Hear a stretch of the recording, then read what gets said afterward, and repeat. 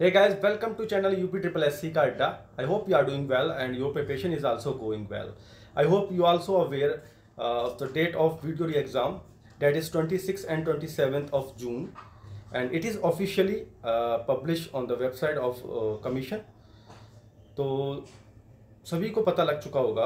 अब बात आती है कि एग्ज़ाम्स की तैयारी कैसे करें.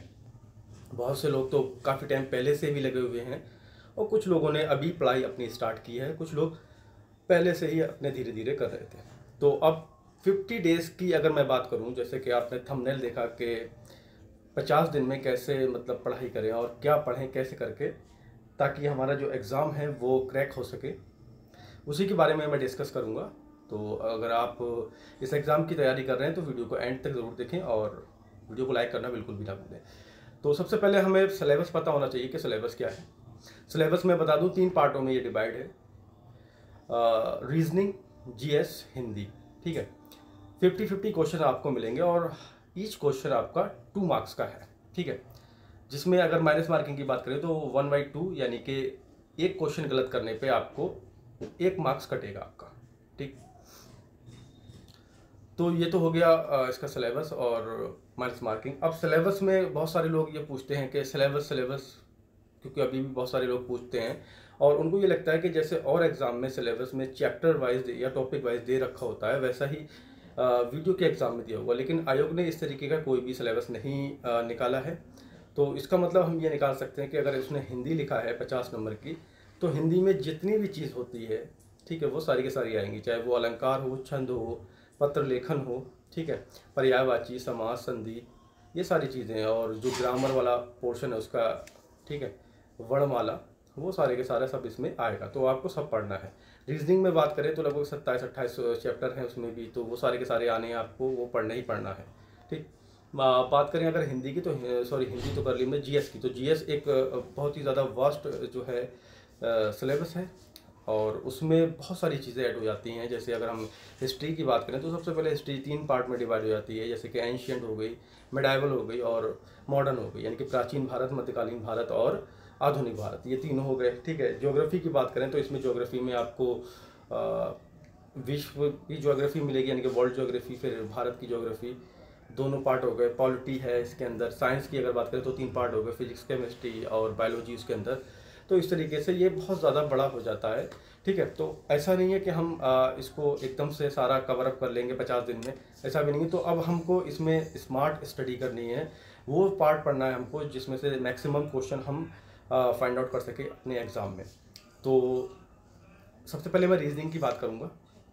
रीजनिंग के लिए आपको करना क्या है, अगर आपके पास पीयूष वर्षने की बुक है तो आप उसको पढ़ सकते हैं, इफ़ यू आर लर्नर. ठीक है.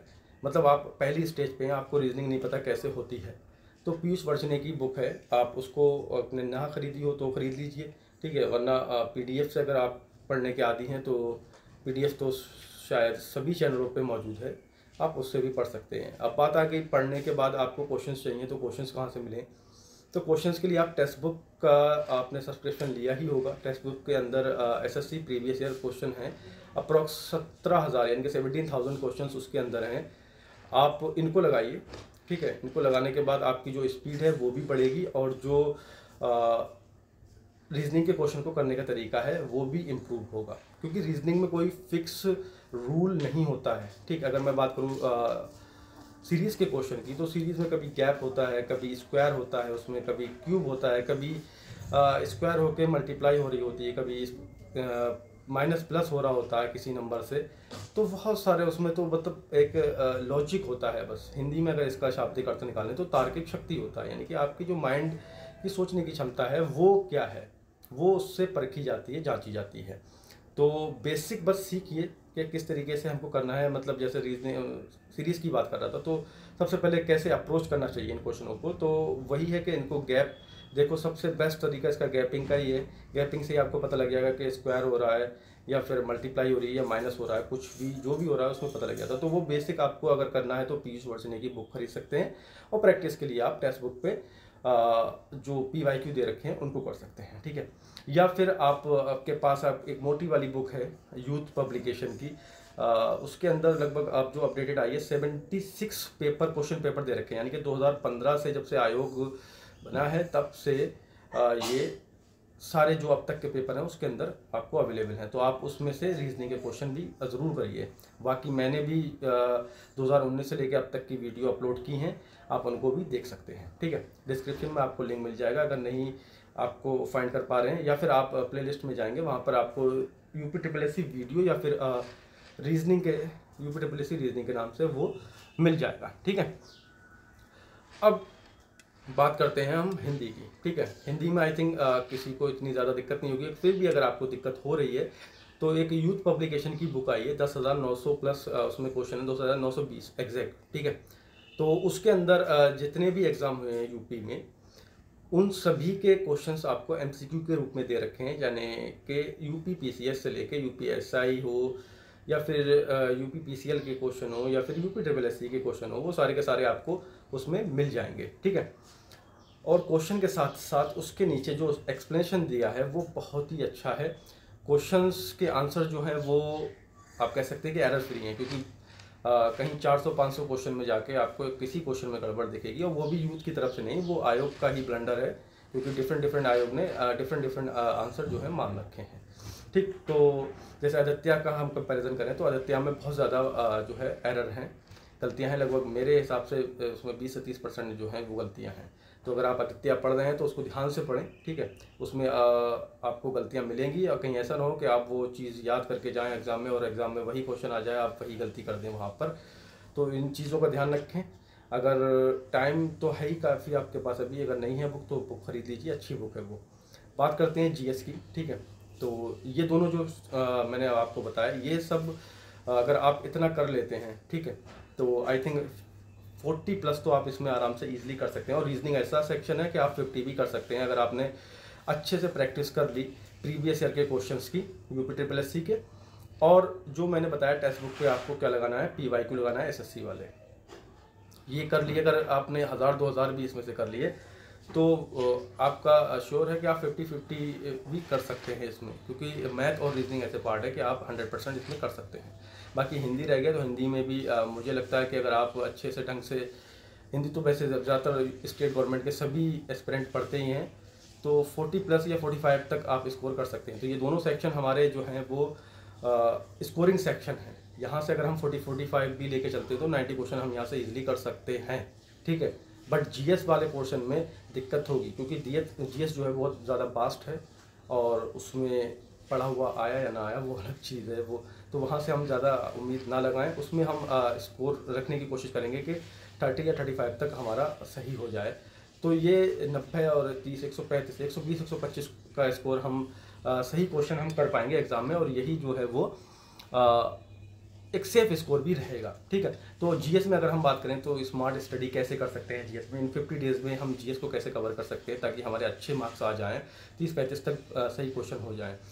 तो अगर मैं बात करूं प्रीवियस ईयर की, तो इसमें सबसे पहले UPG जो है वो 8 से 10 नंबर की आई थी, करंट अफेयर भी 8 से 10 नंबर। तो इसका मतलब 2 पोर्शन केवल हमको 20 नंबर के आसपास, 20 क्वेश्चन, सॉरी 20 नंबर नहीं, 20 क्वेश्चन के आसपास आपको दे के जा रहे हैं। 50 में से 20 क्वेश्चन, यानी कि 40% आपको केवल 2 सेक्शन में से मिला है, करंट अफेयर UPG के कहाँ से पढ़ना है, परीक्षा वाणी की जो एक संक्षिप्त वाली पतली सी किताब है वो आप ले लीजिए। अगर आपने ले ली 70-80 रुपये के आसपास की वो आती है। ठीक है, आप उसको ले लीजिए। 8-10 जो भी क्वेश्चन आएंगे 100% उसमें से ही आएंगे। ठीक है, प्लस करंट अफेयर कहाँ से पढ़ें, ज़्यादा क्वेश्चन आज की डेट में मतलब ट्रेंडिंग क्वेश्चन है ये कि करंट अफेयर कहाँ से पढ़े, कब से कब तक का पढ़े। तो करंट अफेयर को आपको पढ़ना है जून से लेके 10 जून तक। ठीक है, दिसंबर से लेके 10 जून तक आपको पढ़ना है। ठीक है, क्योंकि एक वनडे एग्जाम का अगर आइडियल टाइम देखें तो 6 मंथ का होता है। भले ही वो क्वेश्चन 6 मंथ का नहीं उठाए, रिसेंट मंथ के उठा ले या फिर पहले के उठा ले, लेकिन एक आइडियल टाइम जो होता है वो 6 मंथ का ही होता है। 6 मंथ की आपको करंट अफेयर पढ़ना होती है। अगर हम दिसंबर से लगाएं तो मई तक हमारे 6 महीने हो रहे हैं, और 10 दिन एक्स्ट्रा हम अपने खुद के लिए, भले के लिए पढ़ रहे हैं। क्योंकि हमने जो देखा कि रिसेंट में जो भी एग्ज़ाम हुए हैं उनमें रिसेंट का ही पूछा गया था। तो 10 तारीख तक का हम पढ़ लेंगे, क्योंकि 25-26 को हमारा पेपर है, तो फिर उसके बाद पेपर भी छपेगा। तो 10 जून तक आप पढ़ ले दिसंबर से लेके, और फोकस हमें करना है किस पे, अप्रैल और मई वाले मंथ पे ज़्यादा फोकस करना है, उसको ज़्यादा डिटेल में पढ़ना है, क्योंकि क्वेश्चन आपको जो मैक्सिमम देखने को मिलेंगे वो उसी मंथ में से मिल जाएंगे। ठीक। तो 10 नंबर तो यहाँ से हो गए आपके, और 10 नंबर आपके यूपी जीके के हो गए। और अच्छा, बुक करंट अफेयर की कौन सी लेनी है, तो बुक जो है स्पीडी बेस्ट है यूपी ट्रिपल एस सी के लिए। तो मेरे हिसाब से अगर आप और कोई भी बुक देखना चाहते हैं तो आप इसमें फिर जो गौरव सर है ना, उनकी बुक आप ले सकते हैं, फूल पत्ती वाले सर जो, ठीक है, तो उनकी बुक ले लीजिए या फिर स्पीडी से पढ़िए, ठीक है। बाकी मार्केट में बहुत सारी बुक हैं, आप कमेंट करते रहते हैं कि एडिटोरिया या फिर घटना चक्र है एटसेट्रा, तो वो आपके ऊपर है। मैं जो बता रहा हूँ, ठीक है, अगर आप ऐसा कर रहे हैं स्पीडी ले लीजिए या फिर वो फूल पत्ती वाली सर के ले लीजिए, ठीक। तो जीएस का हम यहाँ से 2 सेक्शन यानी कि 20 मार्क्स यहाँ से कवर अप हो गए। अगर हिस्ट्री की बात करें तो 7-8 क्वेश्चन यहाँ से आते हैं, ज्योग्राफी से भी 7-8 क्वेश्चन देखने को मिले, वहीं पॉलिटी से भी इतने ही क्वेश्चन आपको 6-7 क्वेश्चन देखने को मिल सकते हैं, ठीक है। तो अब हिस्ट्री बहुत बड़ी है, हिस्ट्री में 3 पार्ट है। हिस्ट्री कैसे पढ़े, तो हिस्ट्री में आपको फोकस करना है मॉडर्न हिस्ट्री पे, और मॉडर्न हिस्ट्री पे सबसे ज़्यादा, मॉडर्न हिस्ट्री में भी मैं आपको बता दूं, जो नेशनल मूवमेंट हुए थे हमारे, ठीक है, उन पे ज़्यादा फोकस करना है, ठीक है। तो मॉडर्न हिस्ट्री को आपको अच्छे से पढ़ना है। ऐसा नहीं है कि आपको एंशिएंट और मेडाइवल नहीं पढ़ना है, वो भी पढ़ना है, लेकिन जो फोकस रहेगा, जो डीप में आप जाके थोड़ा सा पढ़ लेंगे, उसको अच्छे से मतलब याद कर लेंगे, तो वो मॉडर्न पे रखना, ठीक है। ज्योग्राफी में आप दोनों ही आएंगी, 1-2 क्वेश्चन आपको वर्ल्ड ज्योग्राफी से देखने को मिलेंगे, 4-5 क्वेश्चन आपको इंडियन ज्योग्राफी से देखने को मिलेंगे। इसमें वही बांध, नहरें और ये सारी चीज़ें, रोड, ठीक है, कौन सा लॉन्गेस्ट है, ये सारा अपडेटेड डेटा देख लेना, क्योंकि जैसे लेखपाल में हुआ था तो वैसा ना हो, क्योंकि NH2 भी उस टाइम जो था यूपी का लॉन्गेस्ट था कुछ टाइम में पहले, लेकिन उसके बाद 19 हो गया, फिर वो वही गड़बड़ हो जाएगी। फिर डेटा जो है अपडेटेड रखना अपना, ठीक है। तो ज्योग्राफी यहाँ से कर लेंगे, और पॉलिटी में भी 6-7 क्वेश्चन आने, तो पॉलिटी आपको अच्छे से करनी है, लूसेंट से कर लेंगे कवर, ठीक है। तो अच्छा, आप ये जीएस का भी आता है कि भाई जीएस में क्या करें, जीएस की कौन सी बुक लें, कहाँ से पढ़ें, तो जीएस की सबसे बेस्ट बुक जो है वनडे एग्जाम के लिए वो है लूसेंट की बुक। उसका कोई तोड़ अभी तक नहीं आ पाया है। लूसेंट को आप पढ़िए अच्छे से, 4 से 5 बार पढ़ लीजिए उसको, ठीक है, बार बार पढ़िए, बार बार पढ़िए। हो सकता है कि आपको बोरिंग लगे, लेकिन यकीन मानिए कि क्वेश्चंस उसी में आपको ज़्यादातर क्वेश्चन उसी से आते हैं, ठीक है। हर एग्ज़ाम में 10% 15% होता है कि लेवल उसका अप होता है, तो वो कवर अप होता है जब आप डीप में पढ़ते हैं, ठीक है। कुछ चीज़ें डीप में से भी पूछी जाती हैं, तो उन क्वेश्चन को अगर अभी आप ना देखें डीप वालों को, केवल जो देखें, मैक्सिमम क्वेश्चन जहाँ से आ रहे हैं वो लूसेंट से ही आ रहे हैं, वहीं से पढ़ना है। बायोलॉजी में अगर देखें तो बायोलॉजी में, साइंस में अगर देखें तो बायोलॉजी पे कंसंट्रेट करना है आपको, फिजिक्स केमिस्ट्री पे ज़्यादा नहीं करना है, बायोलॉजी से क्वेश्चन ज़्यादा बनते हैं। तो ये जो पार्ट है यहाँ से आप इजीली 30+ क्वेश्चंस कर सकते हैं, ठीक। तो तीनों पार्टों को हमने डिस्कस कर लिया कि विद इन 50 डेज हम कैसे कवर अप करें, और यहाँ से तो कर लेंगे, ठीक है। लेकिन एक मोस्ट इम्पोर्टेंट बात यह है कि जो आयोग ने बोला था कि 1300 ओमार में गड़बड़ी है, तो मुझे लगता है कि हमें आयोग से पूछना चाहिए कि उन 1300 लोगों को डिवाइड किया गया है या नहीं किया गया। अगर वो वाकई में ही 1300 लोग थे और अब एग्ज़ाम देंगे दोबारा, तो मोस्ट प्रोबेबली लेखपाल जैसा या यूपीएसआई जैसा हाल हो, कट ऑफ जो है आसमान को छुए, क्योंकि यहाँ 8000 वैकेंसी में 80 नंबर यूआर जिसके हैं वो सेफ सिक्योर अपने आप को नहीं मानना है। तो 1900 वैकेंसी जहाँ है, और ऑलरेडी हमें पता है कि 1300 जो है बंदों की ओमार शीट में गड़बड़ थी, तो यहाँ पर क्या होगा। तो कमेंट बॉक्स में ज़रूर आप मेंशन कर दें कि आपकी क्या राय है कि उन 1300 बच्चों को डिवाइड किया जाए, उनको लिस्ट जो है वो आयोग को जारी करना चाहिए और बताना चाहिए या नहीं, ठीक है। क्योंकि ये सब काम हम ही को करना होंगे। आयोग जो है एकदम सुस्त है, उसको परवाह नहीं है कि क्या होगा क्या नहीं होगा, उसको नौकरी देना, नोटिफिकेशन निकालना है, पेपर करा देना है, नौकरी दे देना है, ठीक। जैसा कि आप देखते ही भी आ रहे हो, 2 एग्ज़ाम रिसेंट के हो गए, ना सरकार सुन रही है ना आयोग सुन रहा है। आप यही सोचते हैं कि मेरे नंबर कम आ गए, 1 नंबर से रह गया, पॉइंट से रह गया, तो मुझ में ही गड़बड़ी है। तो गड़बड़ी आप में नहीं, गड़बड़ी वहाँ हो रही है जो आपकी सीट खा जा रहे हैं, ठीक है। तो एकजुट होकर आपको ये कदम उठाना पड़ेगा और पूछना पड़ेगा आयोग से, और उन लोगों को बाहर भी करवाना पड़ेगा। बाकी जो भी पुड़ियाँ आ रही हैं, ठीक है, टेलीग्राम पर देख रहा हूँ कि इस टाइम भरा पड़ा है टेलीग्राम। मैं भी बहुत सारे ग्रुपों में ज्वाइन हूँ, तो ग्रुपों में दिख रहा है कि सब ने अपने पेड कोर्स लॉन्च कर दिए हैं, कोई 100 रुपये, 99 रुपये, 49 रुपये, 200 रुपये। तो बिलीव मानिए वो सब कट कॉपी पेस्ट हो रहा है। शुरू में मैंने दिखाया भी था आपको किस तरीके से चल रहा था वो काम, क्वेश्चंस आंसर गलत थे, क्वेश्चंस भी गलत थे, ठीक है। तो उन सब पे आप ज़्यादा ट्रस्ट ना करिए। किताबें हैं जो ट्रेडिशनल बुक्स हैं उन भी पे आप भरोसा रखिए।